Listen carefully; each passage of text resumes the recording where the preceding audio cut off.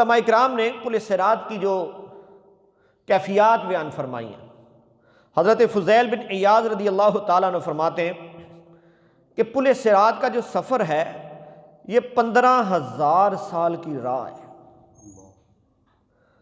5,000 سال اس پہ چڑھنے کے ہیں، 5,000 سال سیدھی راہ ہے، اور 5,000 سال پھر اترنے کے ہیں۔ اللہ اکبر۔ احادیث مبارکہ میں نبی رحمت صلی اللہ تعالیٰ علیہ وسلم نے خود پل صراط کی خوفناک کیفیت کا ذکر صحابہ میں فرما کر صحابہ کے دل میں اللہ کا خوف پیدا کرنے کی خود کوشش فرمائی حضور نے۔ اور پیارے آقا صلی اللہ تعالی وسلم فرماتے ہیں کہ پل صراط پھسلنے کی جگہ ہے، اور اس پر ایسے کانٹے اور رکاوٹیں لگی ہیں کہ جو گناہ گاروں کو جہنم میں پہنچانے کا ذریعہ ہوں گی۔ پھر فرشتے ہوں گے کہ جو گناہ گاروں کو خود جہنم کی طرف دھکیل رہے ہوں گے۔ اب یہ معاملہ ایک طرف، اور دوسری طرف فرمایا کہ یہ بال سے باریک ہوگی اور تلوار کی دھار سے تیز۔ اللہ اکبر۔ کس قدر تشویشناک معاملہ ہے، اور گزرنا فرمایا کہ ہر کسی کو اس پر سے گزرنا ہے، اور جنت میں جانے کا یہ واحد رستہ ہوگا، پل صراط سے گزر کر ہی جانا ہے۔ ہاں، اس میں کیفیات مختلف ہوگی۔ کوئی ایسے ہوگا کہ جو بجلی کی چمک کی طرح گزر کر چلا جائے گا، اور کوئی وہ ہوگا کہ جو ہوا کے ٹھنڈے جھونکے کی طرح گزرے گا۔ حدیث میں فرمایا کوئی ایسے ہوگا کہ جو تیز رفتار گھوڑے کے ساتھ گزر گیا، اور کچھ ایسے ہوں گے جو قدموں پہ چلنے کی رفتار سے گزر رہے ہوں گے، اور کچھ وہ ہوں گے کہ جو ٹانگوں کے بغیر چلنے والے یعنی گھسیٹ کر چلنے والے کے برابر ہوں گے۔ اب یہاں ایک بات جو ہے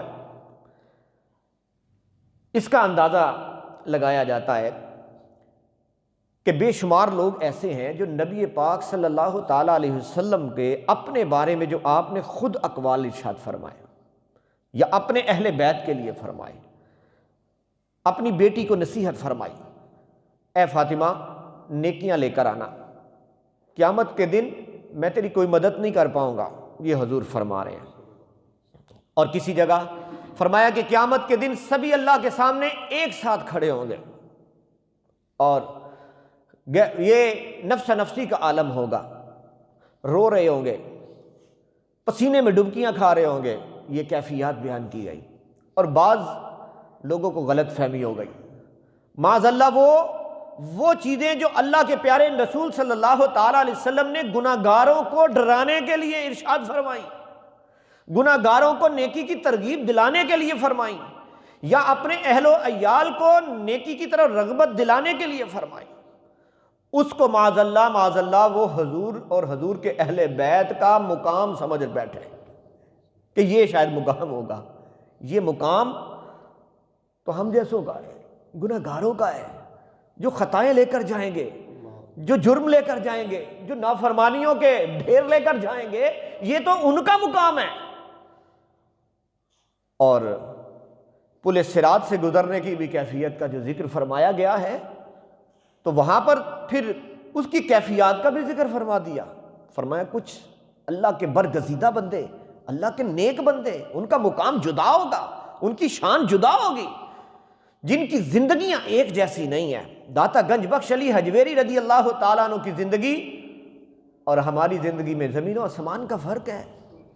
صحابہ کی زندگیاں اور ان کے تقوی کجا ہیں، ہماری ٹوٹی پھوٹی نمازیں کجا ہیں۔ ہماری کیفیت نہ زندگی کی ان جیسی اور نہ ہی پل صراط سے گزرنے کی ان جیسی۔ اللہ کے محبوب صلی اللہ تعالیٰ علیہ وسلم نے اس کو کیٹیگرائز فرمایا ہے، اس کا مختلف تذکرہ فرمایا ہے، اس کی خوفناکیاں، اس کی دہشت، اس کی جہنم میں لوگوں کو گرانے کی کیفیت، کٹ کٹ کے گر رہے ہوں گے، آنکڑوں سے اٹک کر گر رہے ہوں گے، فرشتے گرا رہے ہوں گے، لیکن اس کے ساتھ اعلیٰ جو اللہ کے برگزیدہ بندے ہیں، اعلیٰ شان والے لوگ ہیں، ان کا مقام بھی حدیث میں ہی بیان فرمایا گیا، وہ یوں گزر کر جائیں گے جیسے بجلی چمکی اور ایک لمحے میں جنت میں تشریف لے گئے۔ نبیوں کا مقام یہ نہیں ہوگا، حضور کے صحابہ کا مقام یہ نہیں ہوگا، اللہ کے ولیوں کا مقام یہ نہیں ہوگا، متقین کا، پرہیزگاروں کا، ڈرنے والوں کا، اللہ سے خوف کھانے والوں کا، جو اللہ کے برگزیدہ لوگ ہیں، ان کا مقام یہ نہیں ہوگا کہ وہ بھی اسی طرح پریشان حال میں ہوں گے۔ نہیں، اللہ اکبر۔ ایک طرف نبی پاک صلی اللہ تعالی علیہ وسلم اپنی شہزادی کی تربیت فرما رہے ہیں، اور حضور فرمائے تو سجتا ہے، جچتا ہے، سونا لگتا ہے، اچھا لگتا ہے۔ حضور اپنی بیٹی کو سمجھا رہے ہیں اور فرما رہے ہیں میری فاطمہ، قیامت کے دن میرے لیے شرمندگی کا باعث نہ بن جانا، نیکیاں لے کر آنا، عبادت لے کر آنا، تقوی لے کر آنا۔ لیکن دوسری طرف حدیث میں فرمایا جس دن میری قیامت کے دن جس وقت میری بیٹی فاطمہ میدان محشر میں آئے گی، ایک دم اندھیرا چھا جائے گا، اندھیرا چھا جائے گا، فرشتوں کی نظریں بھی جھک جائیں۔ اللہ کے آخری پیغمبر کی شہزادی آ رہی ہے میدان محشر میں، مقام ڈیفرنٹ ہے، آنا ہے، بولے صراط سے گزرنا ہے، حساب و کتاب کے لیے تشریف تو لا رہی ہیں، لیکن کسی کا آنا جدا ہے، کسی کا آنا جدا ہے۔ فرمایا اندھیرا چھا جائے گا، اور پھر اسی اندھیرے میں اللہ کی بارگاہ میں وہ تشریف لائیں، حاضر ہوں گی اللہ کی بارگاہ میں، اور جو حساب و کتاب ان کا حساب و کتاب ان کی شان کے مطابق ہوگا، وہاں پر ان کا تو پروٹوکول ہوگا، وہاں پر ہماری تو پیشی ہوگی نا، لیکن کچھ کی پیشی ہوگی اور کچھ کا پروٹوکول، اور وہاں پر اعزاز لینے کے لیے ایک مطلب یہ ہے کہ آدمی کو بلایا جاتا ہے اور پھر اس کو سٹیج پر بلا کر تو گلے میں ہار پہنایا جاتا ہے، اس کو انعام دیا جاتا ہے، اس کو شیلڈ دی جاتی ہے، اور ایک بندہ ہے کہ اس کو بھی بلایا جاتا ہے لیکن اس کو سزا سنائی جاتی ہے۔ آنے کا فرق ہے، آئے تو سبھی ہے لیکن آنے کا انداز اور آنے کا پروٹوکول جدا جدا ہوتا ہے۔ پیارے آقا صلی اللہ تعالیٰ علیہ وسلم کے وصال کا وقت آیا تو فرمایا فاطمہ آج میری رخصت کا دن ہے۔ آپ رونے لگیں تو فرمایا تم سب سے پہلی ہوگی جو مجھ سے ملاقات کے لیے جنت میں پہنچ جاؤ گے، میرے بعد تم یعنی آؤ گے۔ 6 مہینے کے بعد آپ کا وصال ہوا تو پھر فرمایا تم جنت کی عورتوں کی سردار ہو۔ ایک طرف فرمایا جا رہا ہے فاطمہ کوئی نیکیاں لے کر آنا، مجھے شرمندہ نہ کر دینا، وہاں پر میں کچھ نہیں کر سکتا تیرے لیے، اور دوسری طرف ساتھ ہی پھر کیا فرمایا تو ویسے جنت کی عورتوں کی سردار ہو، ساتھ یہ بھی کچھ خبری سنا دیا ہے۔ تو یہ تربیت کے معاملات، میں یہاں یہ بات میں حدیث پڑھ رہا تھا تو پھر میں سوچ رہا تھا کہ کچھ لوگ آخرت کے معاملات کو، میدان محشر کی پریشانیوں کو، میدان محشر کے حساب و کتاب کو اور پل صراط سے گزرنے کے مرحلے اور لمحات کو ان کو اپنے جیسا مقابلہ کر رہے ہوتے ہیں، جبکہ حدیث میں تو واضح فرمایا گیا، فرمایا کوئی ایسے گزرے گا کہ جیسے بجلی چمکی اور وہ جنت میں تشریف لے گئے۔ فرمایا کچھ ایسے ہوں گے کہ جن کا پل صراط سے گزرنا ایسے ہوگا کہ جیسے ایک ٹھنڈی ہوا کا جھونکا آیا اور وہ خوشبوئیں لے کر جنت میں پہنچ گئے، اور کوئی اڑتے ہوئے جا رہے ہیں، اور کوئی جو ہیں وہ گھوڑے کی رفتار سے جا رہے ہیں، کوئی انسانی رفتار سے جا رہے ہیں۔ فرمایا جتنی جتنی نیکیاں، جتنا جتنا تقویٰ لے کر آئیں گے، جتنی جتنی وہ پرہیزگاری ساتھ لے کر آئیں گے سامان، وہ سواری بن جائے گی۔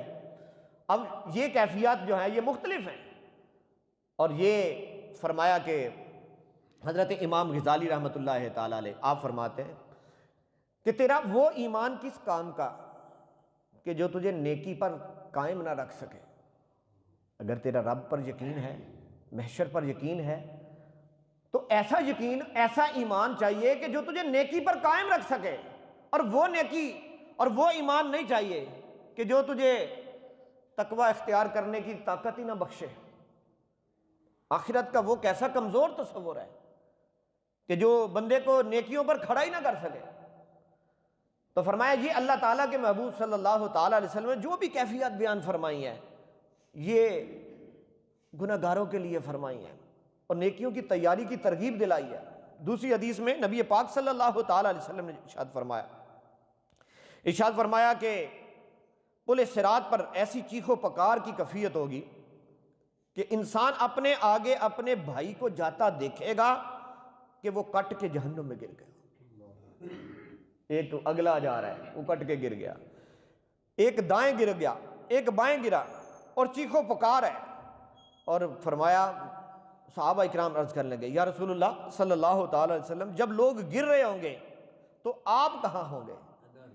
سرکار صحابہ کی بھی سوچ دیکھیے کہ وہ بھی اس بات کو جانتے ہیں کہ قیامت کے دن اگر بچت کی راہ کو نکلے گی تو میرے آقا کے توسل اور وسیلے سے ہی نکلے گی۔ حضور آپ کدھر ہوں گے؟ فرمایا میں پل صراط کے کنارے پہ کھڑا رب سلم کہہ کر تمہارے لیے سلامتی سے گزرنے کی رب سے التجا کر رہا ہوں۔ رب سلم، اے اللہ سلامتی سے میرے امتی کو گزار دے، میری امتی کو سلامتی سے گزار دے، سلام میں دعائیں کر رہا ہوں گا۔ پیارے آقا صلی اللہ تعالیٰ علیہ وسلم کو ایک اور حدیث میں عرض کیا یا رسول اللہ میدان محشر میں آپ کہاں ہوں گے؟ فرمایا اگر تم مجھے ڈھونڈنا چاہو گے تو پل صراط کے کنارے دیکھنا، میں رب سلم کہہ کر اپنے غلاموں کو وہاں سے گزارنے کے لیے اللہ سے دعائیں کر رہا ہوں گا۔ عرض کیا یا رسول اللہ اگر ہم وہاں نہ پائیں تو پھر فرمایا حوض کوثر پر مجھے دیکھنا کہ میں اپنے غلاموں کو اس گرمی کے دن میں اللہ رب العزت کے وہاں سے جام رحمت لے کر پلانے کی کام میں مصروف ہوں گا۔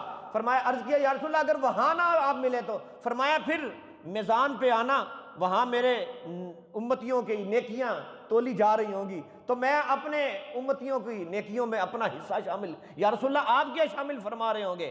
فرمایا کہ میں کسی کی وہ نیکی کہ جو اس نے کی، کسی کا وہ درود جو اس نے پڑھا وہ میرے پاس محفوظ ہوگا۔ ایک حدیث میں تو یوں فرمایا کہ میدان محشر میں ایسا ہوگا ایک شخص کے لیے جہنم کا فیصلہ ہونے لگے گا اور میں اپنی جیب سے ایک کاغذ کا ٹکڑا نکالوں گا اور نکال کر نیکیوں کے پلڑے میں رکھوں گا اور نیکیوں کا پلڑا بھاری ہو جائے گا، ایک صدا اٹھے گی دیکھو دیکھو یہ کامیاب ہو گیا، یہ بخشا گیا، اس کی نجات کی راہ نکل آئی۔ عرض کیا یا رسول اللہ اس میں کیا لکھا ہوگا؟ فرمایا ایک مرتبہ تنہائی میں بیٹھ کر مجھ سے محبت سے اس نے درود پڑھا ہوگا اور میں نے وہ لکھ کر محفوظ کیا ہوگا۔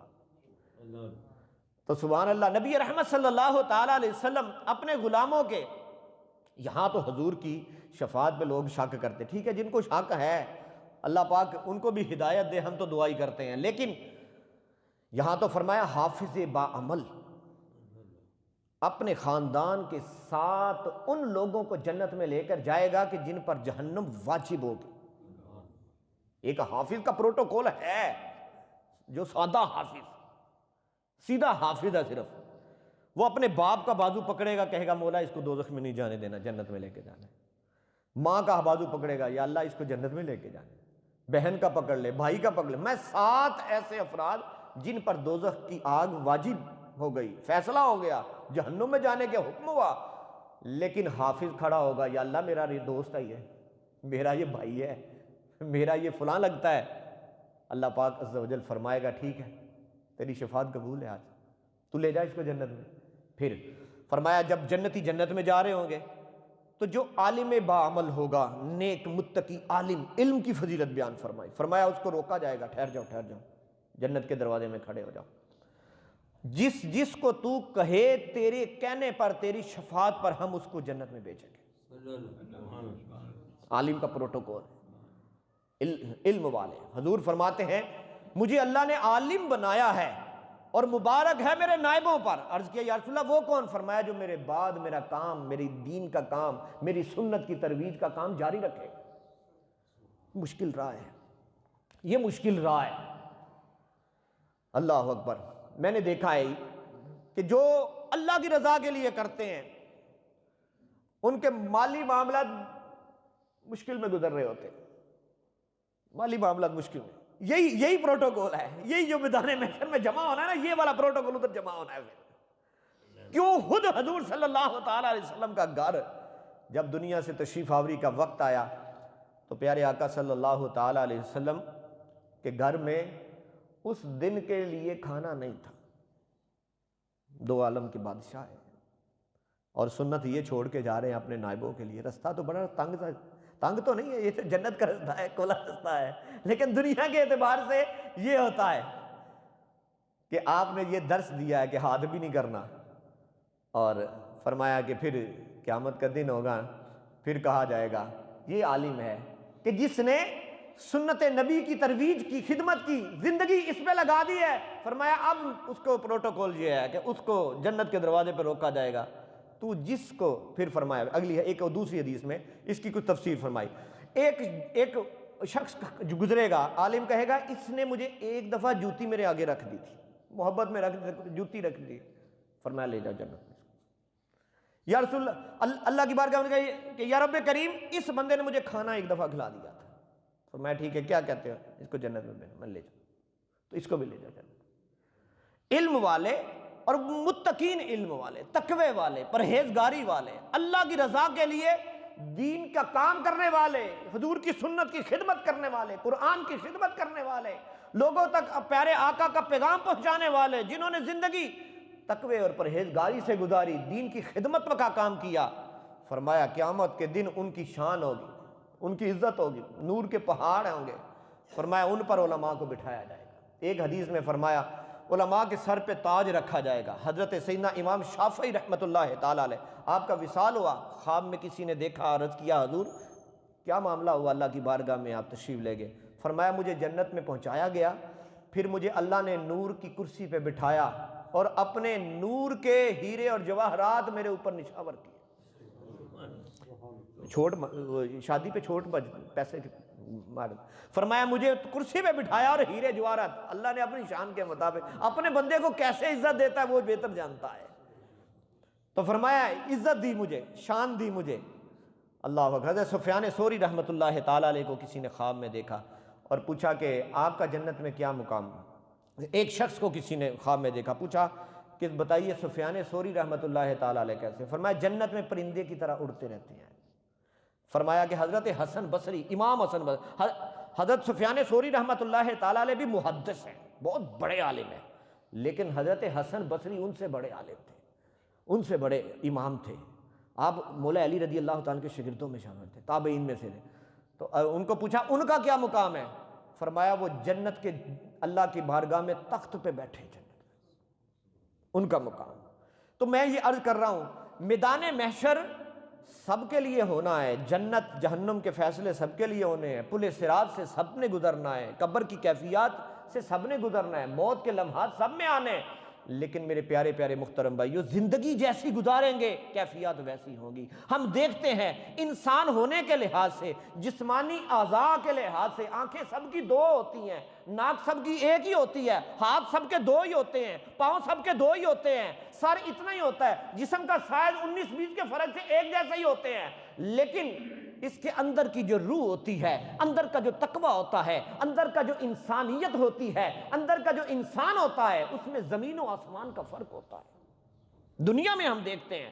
اور فرمایا اسی طرح سے جو اسلام میں برابری کا، ایک اسکالر کو میں نے سنا، وہ اللہ کی بارگاہ میں سب برابر ہے، میں نے کہا غلط بول رہا ہے، تو اسلام کے قانون میں سارے برابر ہیں، قتل چاہے کسی غریب کا کرے، امیر کا کرے، سزا ایک ہے، قانون کی نظر میں ایک ہیں، لیکن اللہ کی بارگاہ میں ایک نہیں ہے۔ قرآن میں اللہ فرماتا ہے ان اکرمکم عند اللہ اتقاکم، اللہ کے نزدیک عزت والا وہ ہے کہ جو تقوی میں تم سے بہتر ہے۔ اللہ تو یہ کرائیٹیریا بیان فرما رہا ہے نا، فرمایا کہ یہ نہیں جسموں کے اعتبار سے، طاقتوں کے اعتبار سے، حسن کے اعتبار سے، دولت کے اعتبار سے نہیں، فرمایا اللہ کی بارگاہ میں جو مرتبہ آئے گا، جو شان آئے گی، فرمایا وہ تقوی کے اعتبار سے آئے گی، وہ اللہ سے ڈرنے کے اعتبار سے آئے گی۔ تو یہ کیفیات ڈیفرنٹ ہوگی، مختلف ہوں گی۔ اب آئیے